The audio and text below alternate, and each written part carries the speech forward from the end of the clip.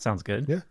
Nice. Yeah, you tell me. I don't know. Sounds good to I me. think I sound crap on the radio. Oh, really? Yeah. I'm just thankful for the music that I play.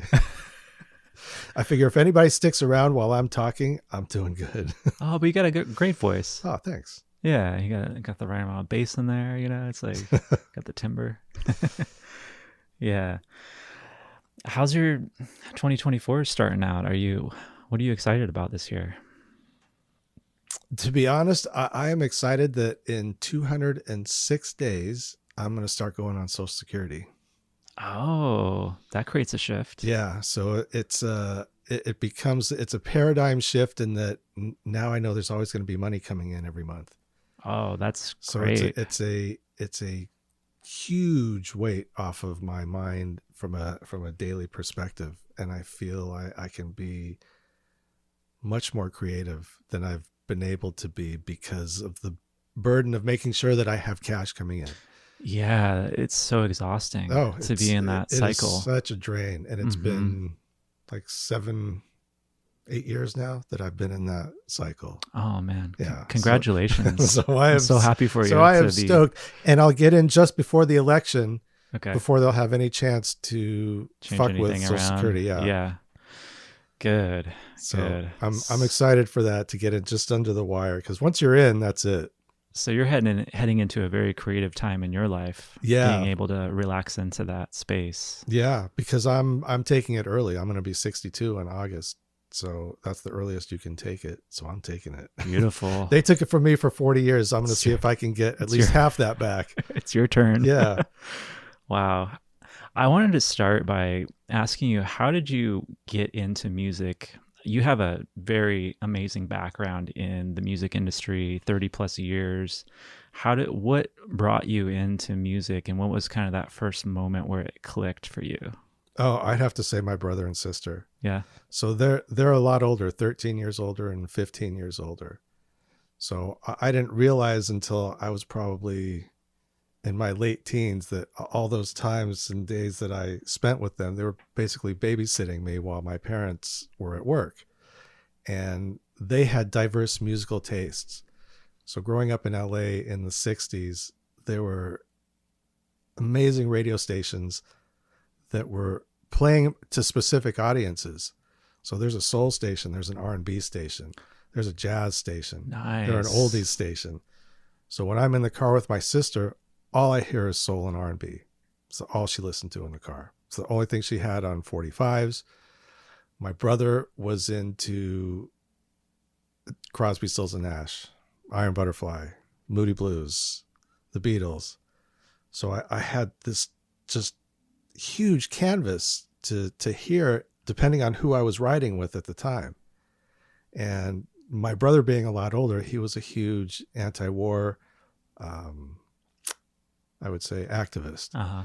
So I'm 5, 6 years old, and he's taking me to anti-war rallies, and I'm seeing Abby Hoffman speak and Tom Hayden speak and all these people from the Chicago 7. And at all of those is music. So I'm being exposed to all this live music at an early age. Amazing. And as time went on, I mean, it was my addiction. 6 years old, 7 years old, and I'm reading the liner notes for the Moody Blues in Search of the Lost Chord, reading how they bring in the whole orchestra at 2 a.m. The English, the London Philharmonic comes in to help them with the album at 2 a.m. And the albums, the Beatle albums he had was the blue one and the red one. So those 2 albums had all of the lyrics to all of those songs that are on there. So again, I'm 7, 8 years old. Doing a deep dive early. Wow. Reading the lyrics to I Am the Walrus at 8 years old. Yellow matter custard dripping from a dead dog's eye. I mean, I was forever changed. You're blowing your mind early. Yeah, so early. So then I get to junior high. In 7th grade, we have to take music. And I get this music teacher. And the entire first semester, she's a Beatles fanatic. So we spent the entire first semester listening to Beatles songs, dissecting Beatles songs, playing Beatles songs backwards. I mean, she went through the whole, 90% of what I know about the Beatles still to this day is from 7th grade, where she just taught us everything about the Beatles. So many of us would be so lucky to in seventh grade be learning like that, you And know? so the other thing, and back then that they had only been broken up for 3 or 4 years. So it was Oh, still still fresh. fresh for everybody. Wow. And I mean, Yeah. she was into it, and it was a trip. It was a trip. And then my parents, so then there's my parents, and their record collection consisted of Charles Aznavour and Barbara Streisand. How much is that doggy in the window? Chubby Checker. And at a young age, they got season tickets to the Hollywood Bowl. So I'm seeing Tchaikovsky and Beethoven. I saw Arthur Fiedler and the Boston Pops at the Hollywood Bowl. There was a night when they did all of the Looney Tunes, Warner Brothers production in the with the Philharmonic. I just had this wide swath and was Wow. absolutely addicted Yeah. to radio, and radio in particular. When I was homesick from school in elementary school, I would have my little tape recorder and I would just record the days, whoever was on during the day. A lot of times it was Don Steele or Charlie Tuna, Robert W. Morgan, all these old classic guys from KHJ and KMPC. And then later it was, KMET with people like, who was on KMET? Cynthia Fox was on KMET. I hate to admit it, Jim Ladd was on KMET. I was never a big fan, but he was on KMET, and a lot of those disc jockeys were then doing what they'd been doing in San Francisco, unbeknownst to me at that time earlier, was what they call freeform radio, where the DJs got to put together their show with no playlist, with no input. And So that was the golden age, as they say. prior to Freeform, it was more like these executives making the decisions, or what was it? Without a doubt. And I didn't realize this. So my dad used to take me skiing all the time on Saturdays, and I would hear all these songs. Like every Saturday we'd go and I'd hear the same songs. Dr. Hook, Cover the Rolling Stone, Carly Simon, You're So Vain, Ricky Nelson, Garden Party, handful of other songs. And I remember thinking, how every week we go and we hear these songs. It's so weird. Couldn't figure out how they would know that we're driving up to the mountain and then these songs are going to come on. So I obviously didn't know till much later that they were in the rotation, and they did play them every Saturday at that time, that whole group of songs, and did that basically every day, that same group of songs. So those are embedded in my head, the pop top songs from those days. Was there a moment when you realized you were going to be involved in radio? I don't know if there was a particular moment. Just kind of a gradual. No, it just happened. Oh, I was where was I? I was working at a record store, okay. and my best friend, I had gotten him a job at the record store, and he was a student at Cal State Northridge. And he said, "Hey, they have this radio station. You can get on the radio. You don't even have to be a student." And I said, "Wait, what?" He said, "Yeah, it's all volunteer. It's a community radio station, and you start out doing engineering shifts and things, and then you can work your way up, and eventually you get your own shift." So I thought, okay, I could do that. Who do I have to kill? You got to be kidding me. So that was in 1982. Okay. And so I went down, said I'd like to be on the air, and they told me the process. So I had to engineer these different shows. So I engineered a show called Senior Scene, where these three seniors would come in. They'd sit in the booth, and I'd sit at the board, and I would cue them when it was their time to talk and do their thing. They had an hour show, and I would play the spots and log everything in the daily log. And then I did a country show for Tom Ritter, who was Tex Ritter's son, and he had cerebral palsy, so he couldn't work the board. So he would come in and he would sit in the booth, and he'd have all his country records, stuff from his dad and things, and we'd play those. Same thing. I would engineer him, cue him when commercial was done, when he was done talking. And then I finally got a shift, 2 to 5 a.m. It was like a dream. It was like a dream. And then I'm like, I can play with it. I can bring records from home. Really? Seriously? They said, yeah, play whatever you want within, of course, FCC rules. So yeah, that was the beginning of the end, as they say. What was your age at that time? I was 20. Yeah, I was 20. So eventually I had worked my way up to getting a midnight shift. That was the goal of everyone, because the what it was called, the rock shift, was on from midnight to 5. So the good slot was the midnight to 3, or Okay. midnight to 2. Actually, it was only midnight to 2. And eventually I got that shift. And there were other shows before.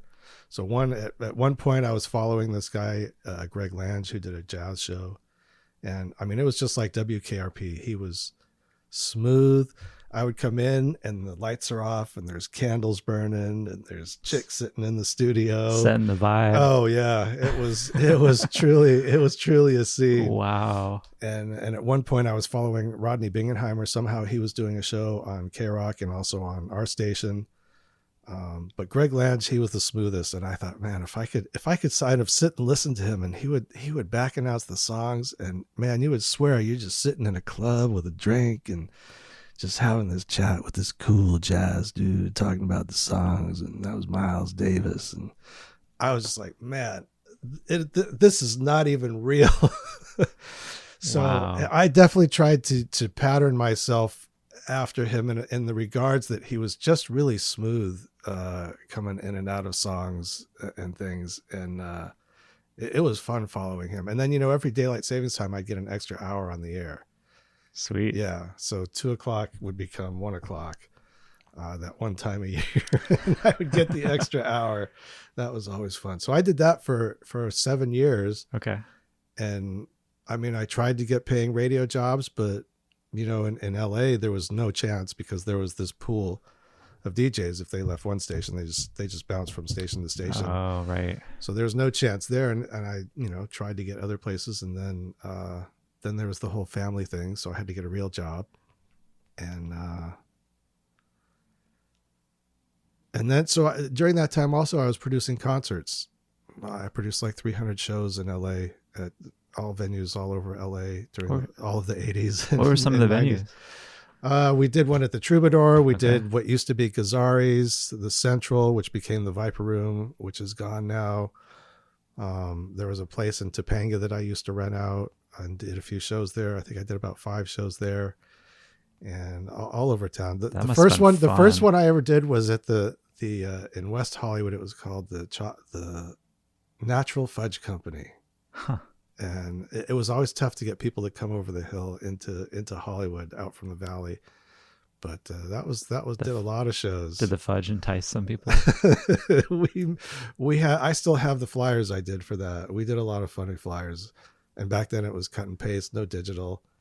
Everything had to be hand done or copied for me. I couldn't draw anything, but I would cut and paste stuff. Were they using more like natural ingredients as more consciously sourced? It was just a bar. Oh, there wasn't any fudge. No, there was no fudge. That's it was hilarious. Just a bar. Yeah, it was just a dive bar. Funny name choice. Yeah. So, you majored in sociology. I did. What drew you to that? People. Yeah. Watching people. Yeah, something about people and how they behave, how they act in their own environment. Just sitting in the park and watch. Yeah, just sit in the park or on the beach and watch people, and that's always been oddly, I'd rather watch them than talk to them. Oh, really? Yeah. Well, I watched some of your interviews, and you're so natural with talking to all these different musicians, and you've interviewed some amazing high-profile artists. I was Ziggy Marley, Graham Nash, Donna Godchaux. Donna. Gee, you know what? The pandemic. So when the pandemic hit, everything was shut down. Everyone was off the road. Everyone was available to be interviewed. I thought, this is my chance. Oh. I sent out pitches and proposals to everybody I could possibly think of. Smart. Everyone I could possibly think of. And most everyone said yes, because they had nothing to do. They're sitting at home. They're just playing their guitars or their keyboards or whatever. Yeah. And Great I was timing. amazed at how willing and able everybody was to take part. And I think I did. There was one time at one point I think I did 30 days and 30 interviews. I had somebody every single day. Oh, I love that. It That's was so inspiring. it was out of control. Wow. So it was the pandemic was a weird thing. Yeah. Yeah, it really was. It In just so came, many ways. it changed the trajectory of so much, especially with music, because nobody had ever done stream shows from their porch or from their backyard. Right. People were intimidated by the technology. They didn't have a reason to push through to learn it. Yeah. And to be honest, I owe a lot of what I did to you when we did the Oregon Country Fair, the virtual fair. I had never done video. I didn't know anything about using OBS or any of those things. And that whole process opened all of that up. That was so fun working with you on that and being a part of that team and the camaraderie. And it felt so important to offer this to the community of folks that weren't going to get to have a fair this year. And it's like, we got to do something, right? Keep it going. I learned more in those 4 months than I had in the preceding 4 years. 100%. Me too. I learned so much about myself, my capabilities, what I shouldn't be doing, what I need to get help from. I went through a huge self-transformation with that whole process. Yeah. That event was a game changer. Mm-hmm. And it, for one thing, it allowed me to use that knowledge to help people remotely and do remote live interviews. Absolutely. And it was just, it was a game changer. Wow. And for all those artists that I don't want to say are Luddites, but are, shall we say, not well versed in the internet capabilities and the technology, they had to learn things that they really were not comfortable with, but it benefited them immensely because their audience grew exponentially. So now when the plague is over and they get back out and play, they're not struggling to get 500 people or 1,000 people to their shows, no matter where they are in the country. What a beautiful silver lining. Yeah. Wow. Definitely. I love that. It was a game changer. And that was when it was the pandemic. So at that time, I was still the program director of KOCF. Yeah. So you were that until 2021? So in the middle of the pandemic was when I had stepped down. And to be honest, it was really because I realized that I was working a 60-hour-a-week job and not getting paid. But during that initial phase of the plague, when everything shut down, I had the ability, since I was already doing my show a couple times a week, I had the ability to go on live every day.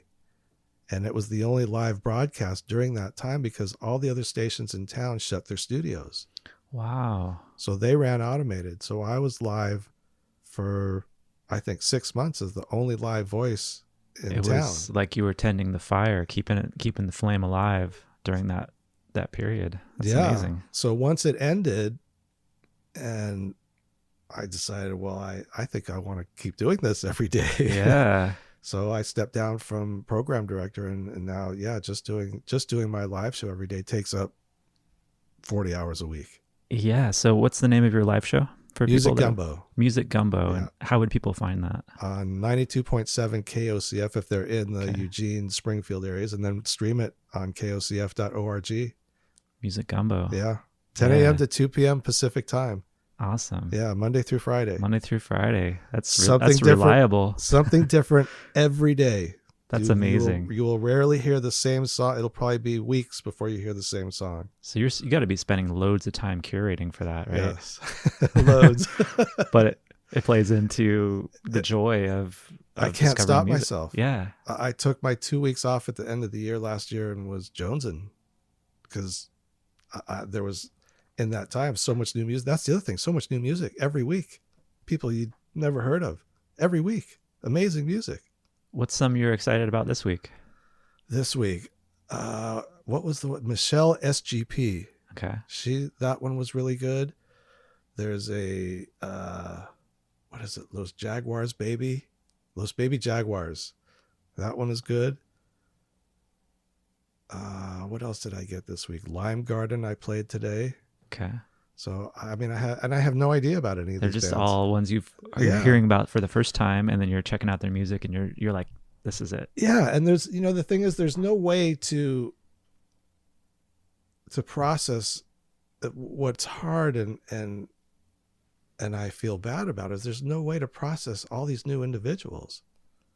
So I know, who played bass on, I don't know, 100 albums, different bass players, keyboard players, whatever. I couldn't tell you. I couldn't tell you all the members of the Black Crowes. It's too much, but it's there. You have to seek it out. But the new music is there. Lotus is playing tonight at the McDonald. There, if you like techno, they're killer band. Absolutely, yeah. I've been seeing such great shows at the McDonald Theater lately, partially thanks to you, and just been really enjoying the experience of going there. And the sound system is great, and the capabilities with the lighting and just the whole experience there has been really beautiful. They're bringing in the shit. Yeah, Definitely. yeah, I'd say. Yeah, and then the Cuthbert is always like such an amazing venue during the nicer months to be outside. So yeah, we got some good venues in Eugene. Wow Hall too. Wow Hall. I Hall love the has Wow some Hall. great shows coming up in February and March. Tommy Absolutely. Castro's coming. Coco Montoya is coming. They're going to have the Pranksters 60th anniversary 2-day event. I just had Dante Lamar on here. Oh yeah. Air guitar. Are you familiar with him? Uh-huh. And he's the last episode on here, and he was telling me about that show. I'm going to be there. I'm really looking forward to that. Yeah, that's going to be a lot of fun. Yeah. Yep. Yeah. So Flying Eye Media was another thing you have going. I wanted to ask you about. Yeah. So I started that in 2007. Okay. And this friend of mine kept bugging me, said I should start a podcast. So I did some research. It took me probably 6 months to figure out how to actually record a show and then get it posted up onto my website. And there's a lot of hoops to jump through with the podcast syndication stuff and the platforms and all that. Yeah, but this was 2007. It would take me 10 minutes to explain to someone what a podcast even was. That's true. Yeah. So everything took longer. They would say, "Wait, what?" I said, "No, all you got to do, you don't have to you just click on it and it plays." Well, don't I have to download it or something? Don't I have to download it? No, just I'll send you the link. It'll be in an email, and you click on it, and it'll play. And that's what? It's a podcast. So it was, it was a long time building, and there was a point where, it just wasn't, I wasn't getting any traction. I had like 50 listeners or whatever, 50 downloads a month or something. And went and saw the Dirty Knobs, which is a band that Mike Campbell started as a side band from Tom Petty and the Heartbreakers. So my friend Dan was really close with Mike. So we used to go see them every time they played. Every time the Heartbreakers were off tour, the Dirty Knobs would play at little dive bars in LA. So there was one night when they played, and there was probably 6 of us there. And they were unbelievable. I mean, seriously, tore the roof off the place. They had just come off tour. Mike had just come off a Heartbreakers tour. The drummer Matt had just come off a tour with this guy Vasco Rossi in Italy. He's the Italian Elvis. Sells out soccer stadiums, 120,000 people. I kid you not. So one guy's coming off of tours where they're playing at sold out shows in front of 20,000 people. One's coming off a ridiculous 2-week tour of Italy, playing in front of, I kid you not, 120,000 people every show. This guy is, and still going.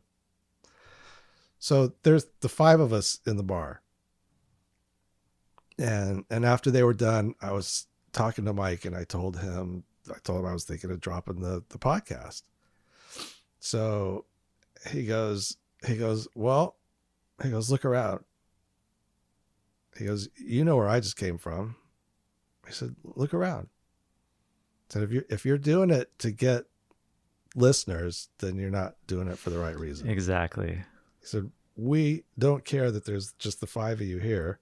we're playing like there's 50,000 of you here. That's beautiful. And I said, yeah, that was pretty clear that you were. And he said, it don't matter. He said, if the bar had been empty, we'd have sounded the same. Well, he said, we wouldn't have sounded the same, but it would have been the same. Whether you guys were here or not, we were still playing the same, and we're still playing to tear the roof off the place. So because of him, I kept it going. I love that. And I've told him that a couple times as things have grown. And so before I left LA, we actually did an interview.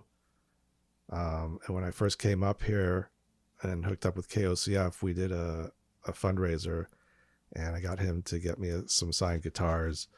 And I called in all my favors from LA. And he was always so generous, and I appreciated the sentiment, and definitely took it to heart, because I wouldn't be here if I hadn't. And then I came up here and got involved with the station. That's awesome. What was it? Did you get involved with KOCF at the beginning of your involvement with Country Fair, or was it later on, or how did that timing work out? Well, interesting. So the station went on the air in July of 2015. Okay. And I was up here that summer in August, knowing that I was moving up here in October. So I was up here in August looking at places to live. And that was actually when I interviewed Graham Nash, because he was playing at McDonald. Oh, cool. I was like, oh, there's no way I could ever interview him in LA. I'll try and see if I can get one with him in Eugene. Sure enough, publicist got right back to me and said, oh yeah, sure. He'll see you. How was the interview? Oh, it was amazing. Oh, On the bus with him, it was just, it was so fun. beautiful. And he was just the kindest, just like he is. Just like you think he is, he is. Just authentic and real. Yeah. Love that. He was, pretty relaxed, did voices and stuff, did an imitation of Neil, did an imitation of Armitage again. Oh, fun. Yeah. So it was incredibly cool. Wow. So I was in my hotel room, not as a tourist, but as someone who's moving. So I was watching the 11 o'clock news and saw a piece on the news with Wally Bowen saying that the station had just got on the air, and talked about the station a little bit. So I sent him an email, because turned out they were desperate for content. So I sent him an email, say, hey, I do this podcast down in LA, and I'm moving up in October. I'd be happy to. So by the time I got home from that trip, there was an email from him saying, well, can we just grab your podcast and we'll put it on the air? And I said, well, I'm moving up in October. How about if I do one for the station? I'll just go on, whatever. I just picked a day and time, because there was everything open. And so when I moved up, I think my first show was like on Halloween of 2015. So the station had gone on the air in July. So my first show was just a few months after that. And had you been going to fair before that? No. Okay, so your first fair was, you were involved with the station immediately upon your first fair. Yeah. So my That's first cool. fair, Cool way to come in. So my first fair was the station's first fair, because I got us a booth. So I had been told. So I went to this meeting. I made the mistake of going to a meeting. Oh, I've done that before. Yeah, and ended up on the I think it was the business development committee, and Roger, who was the lead, was awesome, and I will never forgive him for this, because he left. Oh. And it left a gaping hole that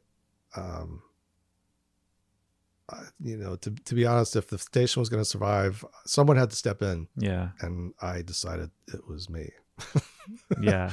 I mean, there's no other way to say it.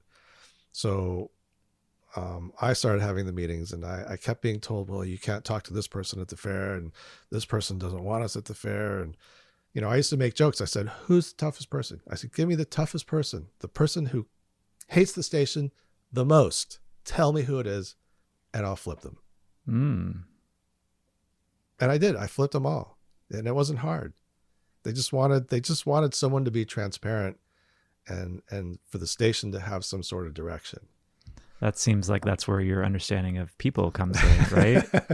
The dynamics and how to build rapport and like hear people. where they're Right. coming from. So in 2016, there were not supposed to be any new booths constructed, but I managed to get us a makeshift booth approved and built at the head of the horse corral. Because at that time, that was one of the stages that didn't have any kind of recordings or anything. Oh, okay. So I suggested that we take on the horse corral. So we're not going to do it live. So we'll record everything at the horse corral and then replay it later that night, On every the day. station. Yeah, So cool. that was the beginning. That was the beginning of that. And you're still involved with Horse Corral now, is that correct? Yes, I'm still the coordinator, Okay. but I have lots of help now. So for the first whatever how many years, I did everything myself. But it's last year was the first year I could say that I went to fair. Oh, congratulations. So it was a lot of fun walking around during the day. It's For so sure. fun to Yeah. wander. For people that don't know what country fair is, how would you explain it? And this is Oregon Country Fair for people that don't know what that How would is. you explain it?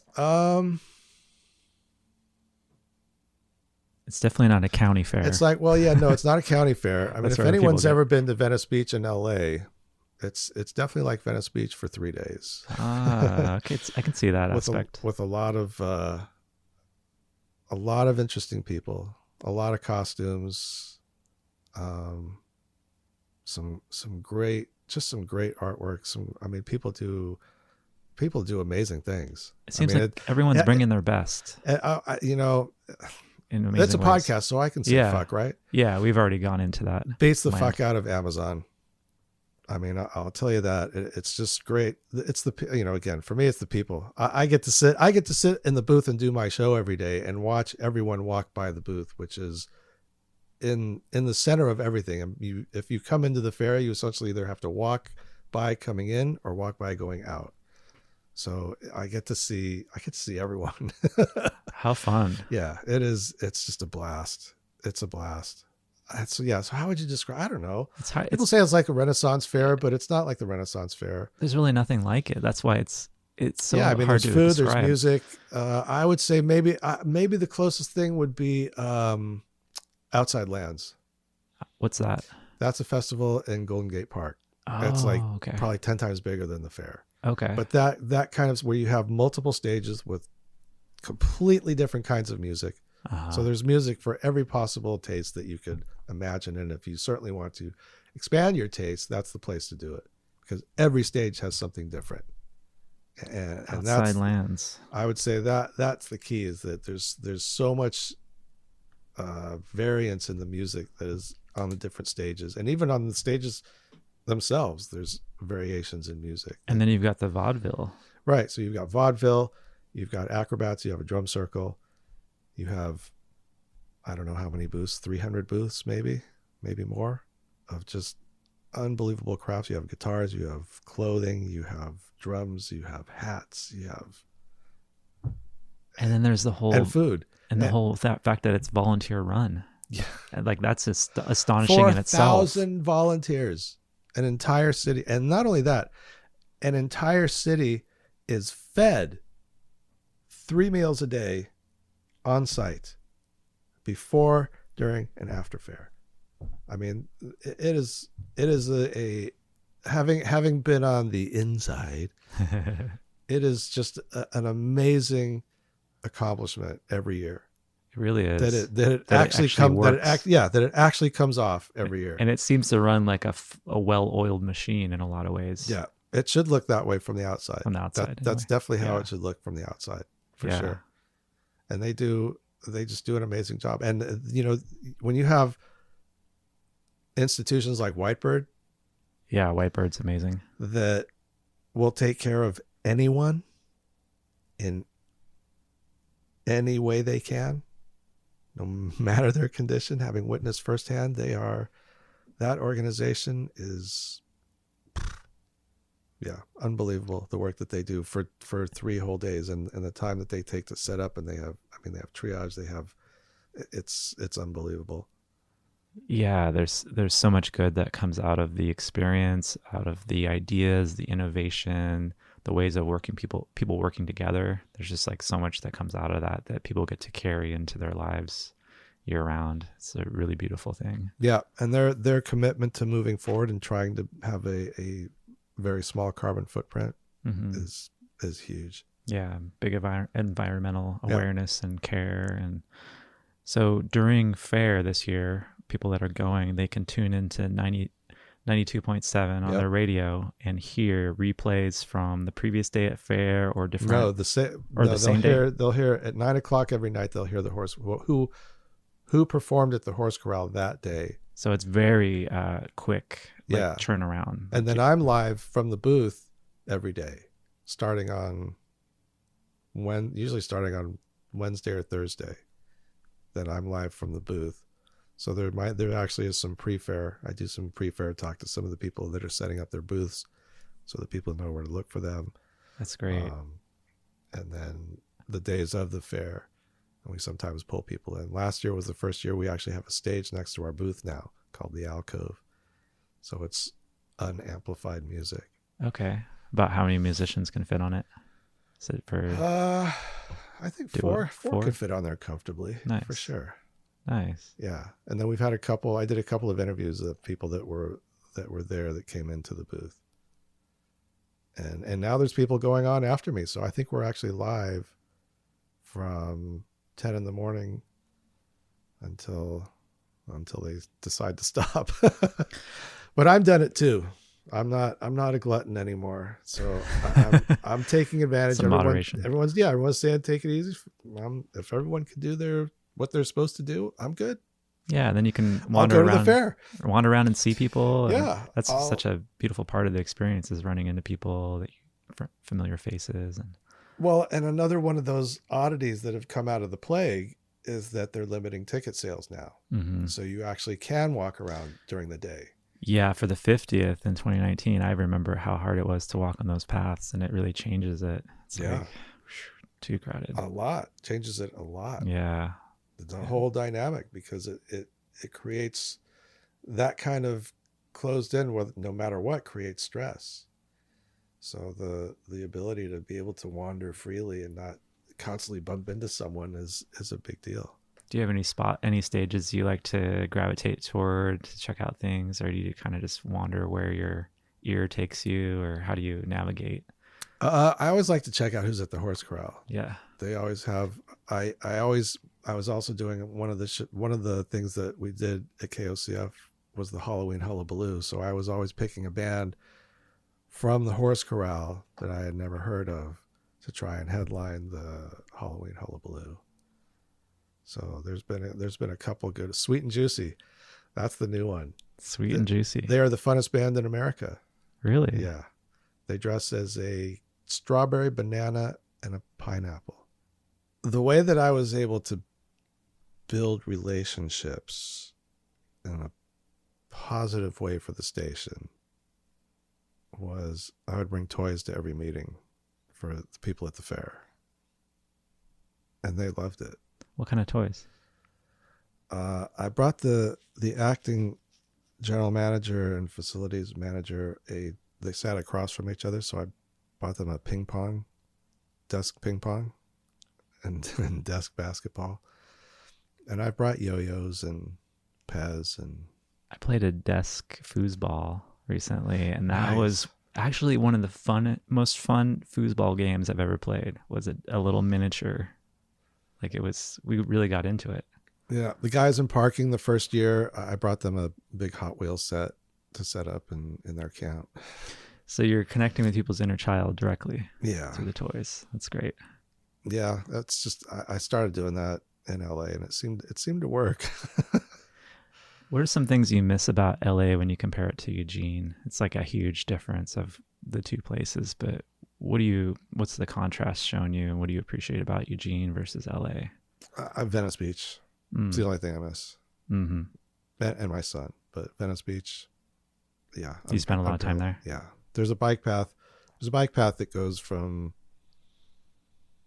I guess it's Malibu. From Malibu down to Redondo Beach, it's 35 miles each way. So I used to I didn't go to Redondo, but I would go to Hermosa probably 3-4 times a week, and it goes through Venice. And I've been going to Venice since high school, so and some of the same guys are still living down there on the beach. I believe it.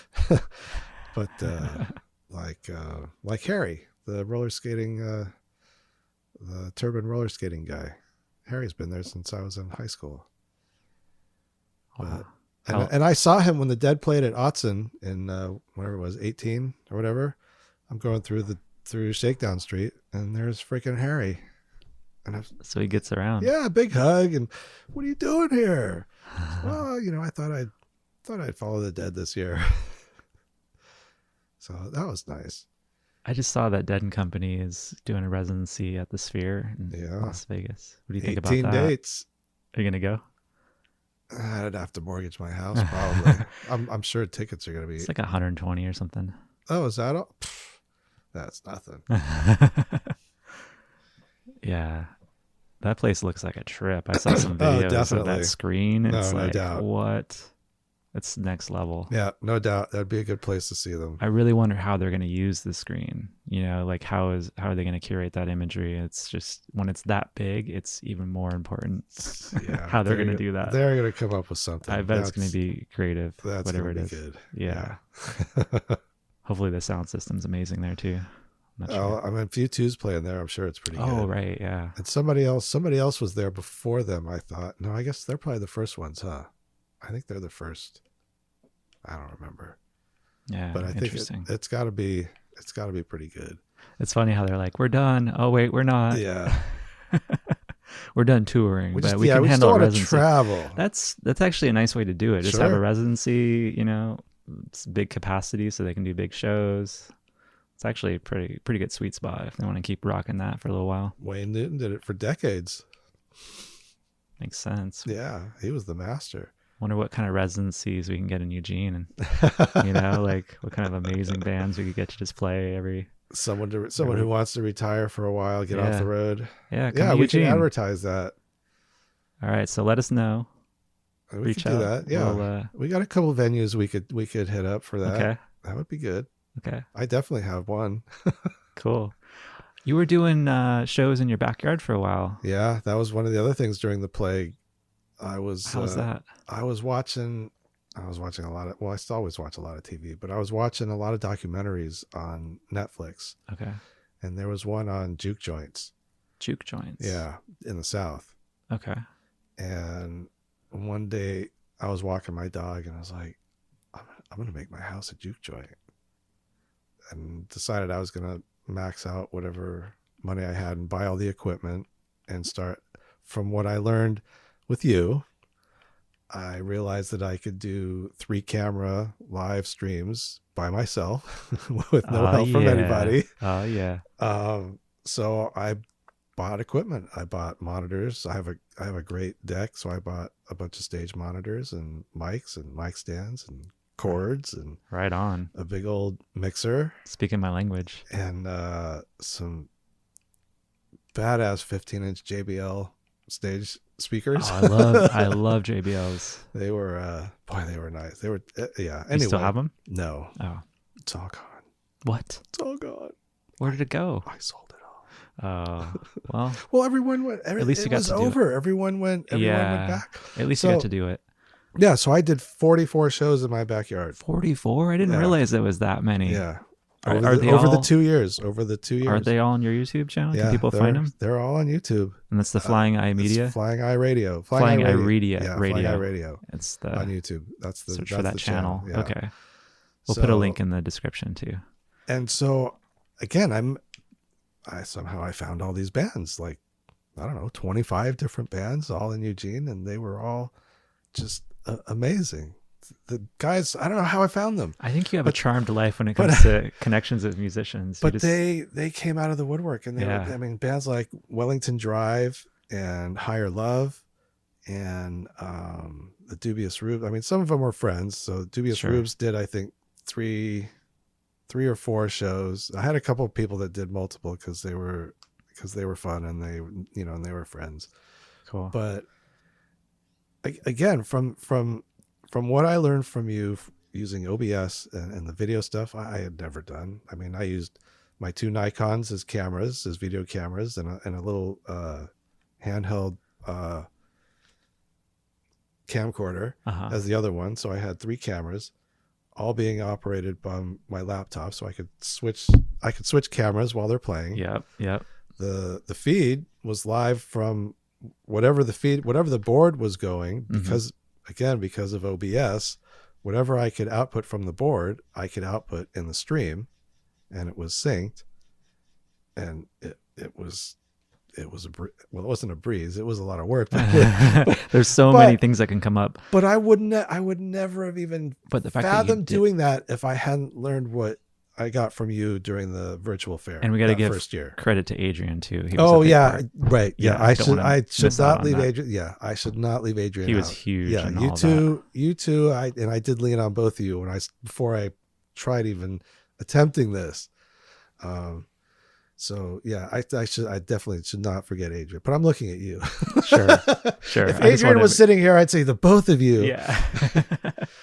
But I would have never even considered attempting that. And right. I would have never been able to pull off what I did that first virtual fair either, by myself, doing three remote acts and 3 live acts. Yeah, you were and interchanging them at World Pies. World Pies, yeah. That's a great venue too. I love World Pies. They're such a good home. Vibe, and I love the murals in there and the feel. Yeah, yeah. I hope that I get a chance to do more live streaming there, because I realize their internet connection is fiber optic as well. Nice. So any live streaming we do from there is super solid. Yeah, we upgraded it recently or something. But yeah, it's exciting to live in Eugene. I love it here. I love putting roots down. Yeah, definitely. I mean, I've been here 9 years now. 9 years, cool. Yeah, I think I'm on 5. It goes like that. Yeah, it does. It's scary fast. Yeah. Yeah, I wanted to ask you, because you have so much more experience interviewing people through your radio career and your podcast and all of that. What sort of tips do you have from me as a new podcast host? Because I'm just starting out. This is probably episode number 7. Wow. Well, I used to watch Tavis Smiley on PBS. Okay. And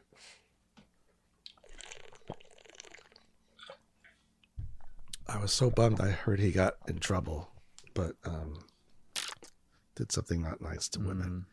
I was so disappointed. I hate when that happens. That's so frustrating. Oh my God. Yeah, changes it. So he was someone that I watched. I used to watch a lot, and he interviewed everybody. And I was always, I think I was too stiff. So he was very proper. He was very proper. And then he had Linda Ronstadt on, and he was like a little schoolboy. So he had her CD, and he's like fumbling with his CD, and I mean, he was like giddy. And Tavis was, I mean, he was the cool of cool. I mean, like Miles Davis cool. And when I saw him interview Linda Ronstadt, I was like, okay, so I can just be me. So that helped a lot. And then there were these guys on the radio in LA, and I heard they were up here in Portland too, Mark and Brian. And I was not a fan. But man, when they interviewed people, you swore that they were, after the show, they're all going out for a beer. They're going to hang out by the pool. They're going to come over on the weekends. And they weren't, because they were dicks. But their interviews were just, it was unbelievable at how they engaged with their guests. And I mean, they interviewed really prominent people, like serious people, and you would swear they were just buds, high-fiving after the show, and I know for a fact it was not like that. But it felt so natural. But you would never know it listening to them. And that's what I worked really hard to try and sound like that. And then so again, going back to the virtual fair, so a lot of the interviews that I did during the plague that I was doing live on the air, I was also adding video, which I had never done. So whereas all my interviews used to be in person, it was great to be able to see people, because I don't like the phone. So I had to start doing phone interviews because I had to. It's a different thing. It's so different to not see someone's face, Yeah, and be able to react to them. that's true. It's very different to get that same feel without seeing someone's face. For me anyway, I can only speak for myself. So certain people that would do the video part of it, it was just great. Donna Jean did not do the video, phone only. Oh, still a good interview, hopefully. She was such a sweetheart. Oh. She was such a sweetheart. Okay, look, I know people rag on her, and because of how she. I was very careful. I was very careful to not. I was very careful, but here's the thing. Donna, and this is what she told me. She said, I'd never sang in a bar. I never sang live. She sang at Muscle Shoals. She sang with headphones on in a studio, in a room with Dwayne Allman and Elvis Presley. And I mean, she sang with fucking Elvis. Yeah, she's used to studio headphones, whereas it was monitors and the mix wasn't always good on the monitors, right? She couldn't hear herself. She couldn't hear. She Well, no couldn't wonder. hear anything. You listen to her on a Dead album. Yeah. I mean, it's angelic. I mean, she's fucking angelic on the albums. When it's 'Cause properly she's in the studio. She said, "Oh my monitored. God, when I was in the studio with those guys, I loved those guys. It was just the greatest." But she had never played in a bar. She had never played live anywhere until she walked into the Dead. It's such an amazing story about how she got involved with the band. Yeah, And it was just so cosmic. That was a good one. I got to thank Dennis McNally for that one. McNally has set me up with some pretty good interviews. If him and I had become friends 25 years earlier, God, who knows where I'd be. Man, some people are just so pivotal in our lives. Yeah. It's amazing. Yeah, Think back to it. he's one of the good guys. I mean, the stories he's told me. I mean, he's been to the White House with the Dead. It's not bad. Yeah, getting out there. Yeah. Ripped Jerry for smoking a joint in the bathroom in the White House. How could you do that? And he said, Jerry looked up and he said, "How could I not, man?" Yeah. Exactly. Yeah. Oh man. Do you study much of the Haight-Ashbury history, or like have you looked into that whole trajectory and like what happened back then with the ballrooms and the Avalon, and like are you into any of that? Oh yeah. That's something I enjoy a lot, is researching that time period, and especially like 66, like right before the storm of attention came from the media and all of that. Yeah. And a lot of people in the right place at the right time. Yeah, it sounded so magical and so special, and so much came out of it that impacted the whole world and spread, popped up in all these other little communities that were inspired by that energy. Well, there was almost a battle of the bands. There was the Laurel Canyon boys, the LA, and then the Bay Area boys. Yeah, there was and girls, that. I should say, boys and girls. There was definitely and they had very different perspectives on music and how things should be, and the San Francisco was a lot more loose and then the LA was more polished and more produced. Right. Yeah, so definitely. Some different ways of seeing things. Yeah.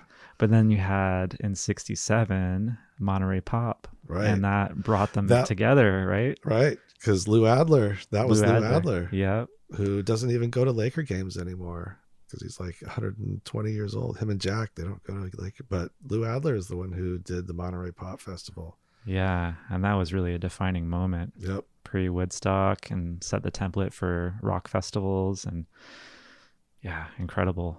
And brought all of that music together. I mean, you have Otis Redding and Jimi Hendrix and The Who and the Mamas and Papas, Simon and Garfunkel, and the Airplane and the Dead.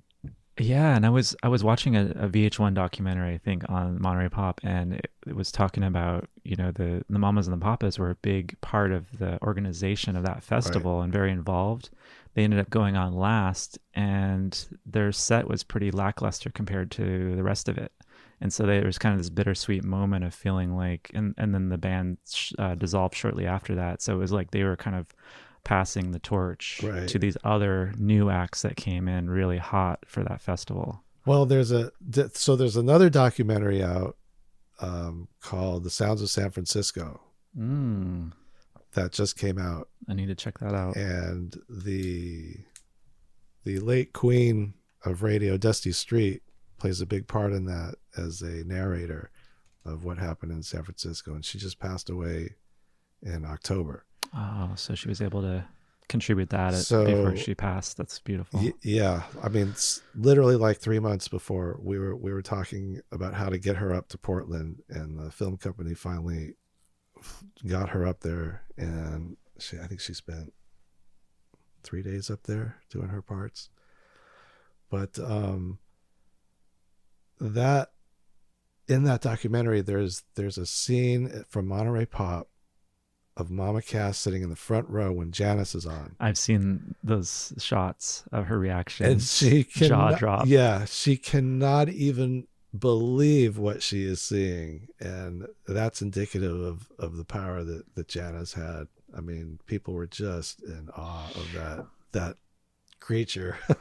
So Yeah, incredible. She burned so hot and so bright, but left so soon. yeah, yeah. Yeah. But I would highly encourage people to see that documentary, Sounds of San Francisco. It is exceptional. I love that that exists, and I didn't know about it. And I'm going to check that out tonight. That is her legacy. Wow. Yeah. And so you were involved in some of the I production of Dusty that, and or no, not in the production, but I've been friends with Dusty for as a director? Or she's the Dusty Street was oh, she was a DJ at KSAN okay. in San Francisco. It's part of the Tom Donahue crew in the initial underground radio or FM radio. So she was actually the first female disc jockey on air west of the Mississippi, Oh, incredible. and had an unbelievable career. Then went from San Francisco to LA at KROQ for the punk rock explosion. She was it. She was the explosion. Wow. Yeah, Right. she was the undisputed. I mean, Aretha's the queen of soul, Dusty's the queen of radio. So she was Nice. on Sirius till the end, and so she was actually on Flying Eye Radio, and I think from '09 to she did like 80 episodes. It's called the Fly Low Show. So if anybody wants to listen to Dusty, if you want to know how to sound on the radio, you listen to Dusty. And Fly. if you listen to female disc jockeys now, still, they are still trying to sound like her. Interesting. Yeah. She has left an indelible mark on radio, without a doubt. It's called the Fly Lotion. Fly Low Show. The Low Show. Fly Low. I got it. I learned something, and when she was on, I learned something every week listening to her show. Wow. How to get in and out of a song, how to end a set, and back announce the songs and not sound like an idiot. Yeah, there's an Yeah, art to that, huh? every week, just learned something about how to not sound like an idiot on the radio. And every once in a while, I pull it off. I'd say you I pull it off pretty consistently. Oh, I don't know about that. Have you heard my show? Yeah, I have.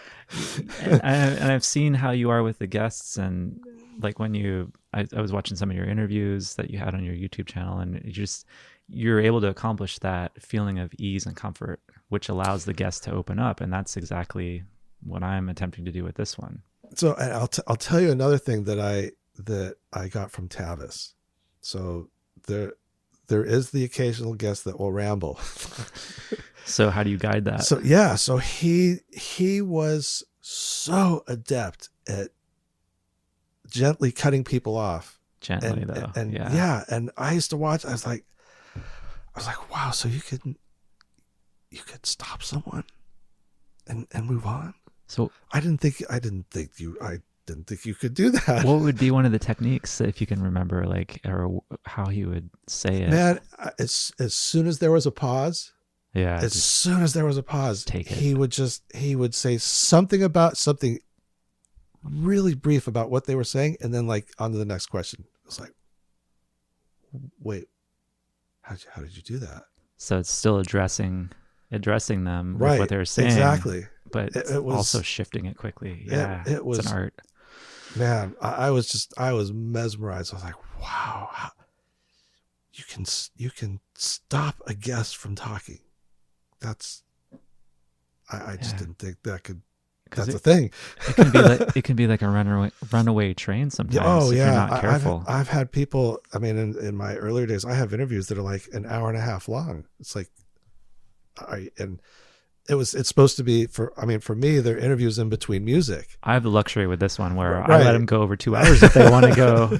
I'll let the train go for a while. Well, and you're not playing music, so Yeah, that's true. so It's different. I'm trying to put stuff in with music, and I've got guys. I had this one guy, Al Anderson. I'll never forget this. We met at a sushi place. It was one of my first interviews. He played guitar with Bob Marley Okay. from Natty Dread on, Okay. like 10 years. Wow. Told me he was in the hospital room when Bob passed. And I'm like Damn. trying to eat sushi and listen to him, and he's going, and I know they killed him.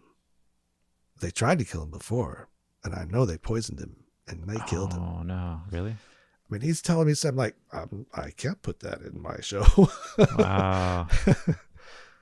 So it's just, but man, yeah, to get people to stay on task sometimes, it's especially I'll tell you this though, it's a lot easier when you're live, because I noticed the last couple interviews I haven't done live, and they've ended up being like a half hour. So that was the other thing I noticed about Tavis. Nothing more than 10 minutes. Daily Show too. That was another one I watched. Okay. I used to watch Trevor Noah a lot, do his interviews, and he was also very good at redirecting people, Yeah. because he had a finite amount of time. So his interview slots, none of them were more than 10 minutes. Yeah, that would be such a challenge to work within that constraint. And So you have someone that's rambling. right. So that's the thing. So trying to put stuff in with music, I realized that doing it live was really easy to keep it to 10 minutes.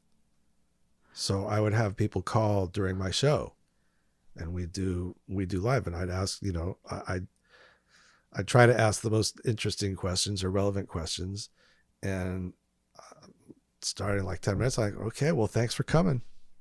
I saw Trevor do that a bunch of times. Like, okay, thank you for coming. And I'm like, So yeah, whoa. you're live. You don't have the option to go longer with the Well, recordings, I right? do, but I think people lose interest.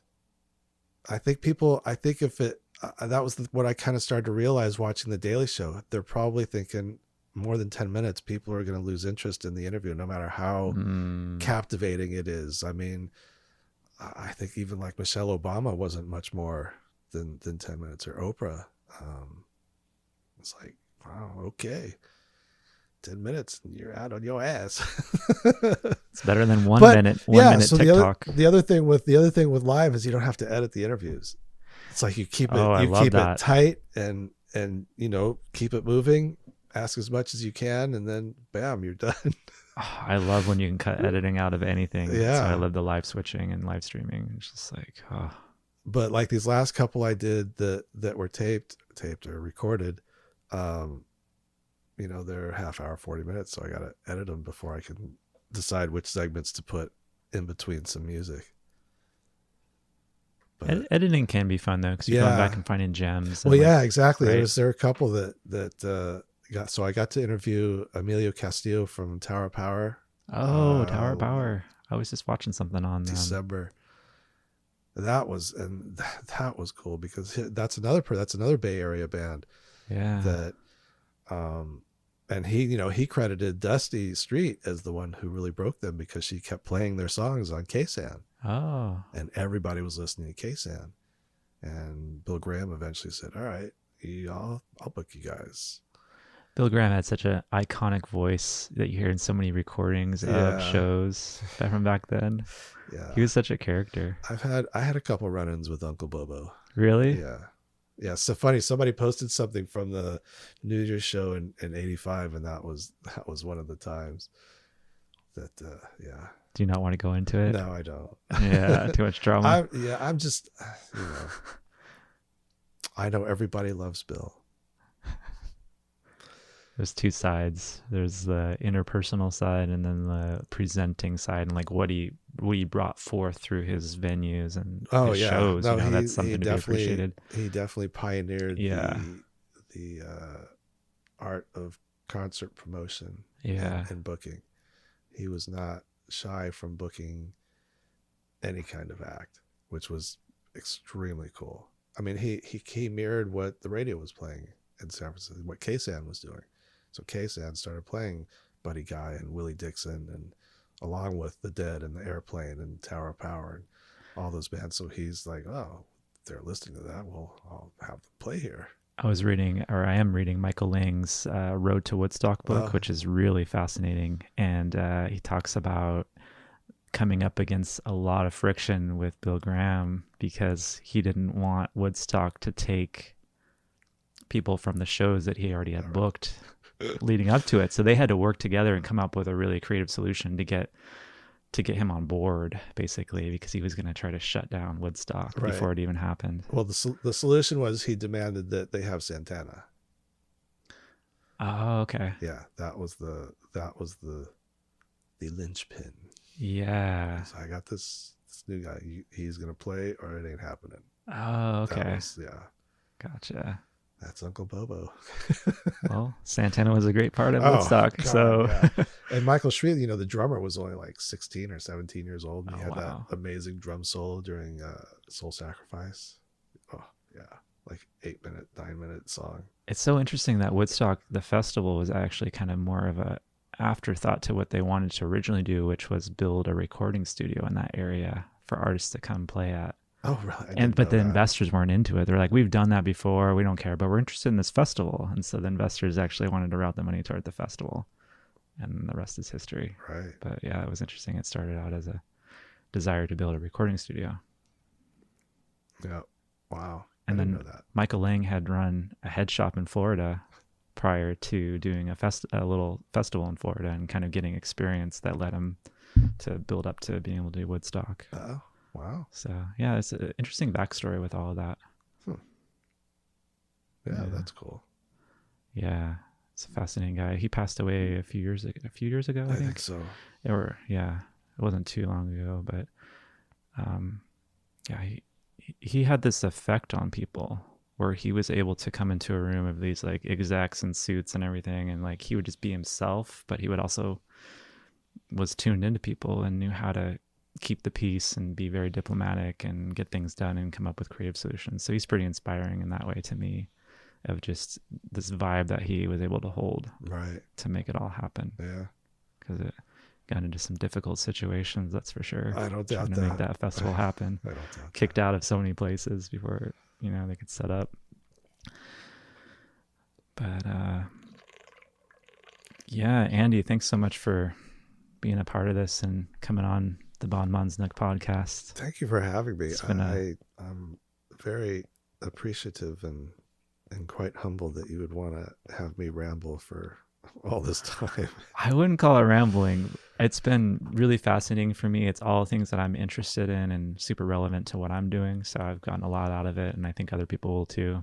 And it's just really great to hear your story and how you got into all this. And I'm excited for the creative possibilities and potentials that you're about to step into here. Yeah, 206 days, baby. We're gonna have to do a follow-up interview soon. Yeah, where you come back, talk about your projects that you got rolling by then. Might rebirth the backyard shows. That's the odd thing about that is so many bands have come up to me and said, "Are you still doing those or what?" I'm like, "Aren't you guys like out playing? I see you guys like out playing. Why would you want to come and play for just for no one?" There must have been some magic in that backyard. There were a number of shows that were like, wow, that's That's really good. I have to bring them back. Yeah, we'll see. As long as it's fun, right? As long Yeah. as it doesn't feel stressful or too much work. Well, yeah. If I didn't have to, again, if I didn't have to worry about the resources, that changes things dramatically. Yeah. I still think it would be really fun if we could figure out how to do a winter or, winter festival, an indoor thing that's like a multi-day Right. music event in Eugene. I know where we could do one. Okay, we'll have to talk more about I have a that. venue. Okay. Cool. Andy, what how would you point people to find out more about what you're up to and what you're going to be up to? Is there like a single place they could go just at the end here, easy to jump off to? I would say probably the Flying Eye Radio Facebook page or Flying Music Eye, Gumbo. Yeah, either Flying Eye Radio Facebook page or the musicgumbo.net website. musicgumbo.net. Okay, Yeah. cool. So the website and Facebook page. Yeah, and then check out, daily, you can listen daily on KOCF. which is streamable on the KOS. Yeah, KOCF.org. Great. Yeah, we got listeners. We got some overseas listeners. I get Fun.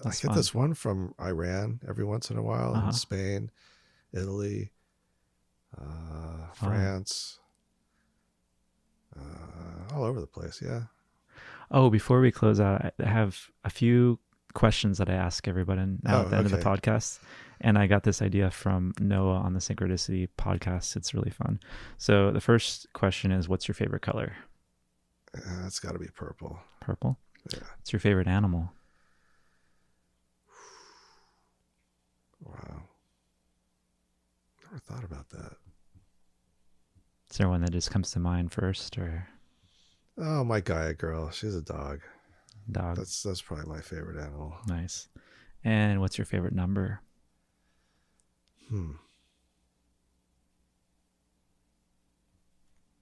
That's a good one too. I think it's probably 13. 13. Yeah. Nice. Yeah. Cool. Thanks so much. This has been Man, thank an you. absolute I pleasure. can't thank you enough. This has been really killer. And you're doing fucking amazing. Oh, It's it's hard to believe that this is only number 7 or 8 or whatever, but you're doing fucking amazing, and you're just gonna get better. You're just gonna get better and better. Thank you. I really appreciate that. I mean, I didn't know what the hell you could possibly ask me. I don't.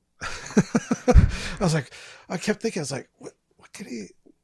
Why would he even want to talk to me? You're what's he gonna ask me? You're so humble. You have this amazing music career and radio career. You've done a lot. So It's just stuff. yeah. Well, That's fun. You know what, the only reason I want to interview people is because I just want to hear the stories. Yeah, I just want to hear the stories. If I could find a way to just hang out with them, I would just hang out with them. But the only way I can hang out with them is if I interview them. it's part of why I'm doing this. It's fun it creates great connection and new friends and new possibilities. Yeah, I will say there's definitely been a couple of instances over the years where I did actually get to make a couple of really good friends. Yeah. So that's super valuable. That's quite cool. Yeah. Let's do it again soon. Yeah, definitely. Thanks, man. Yeah, absolutely.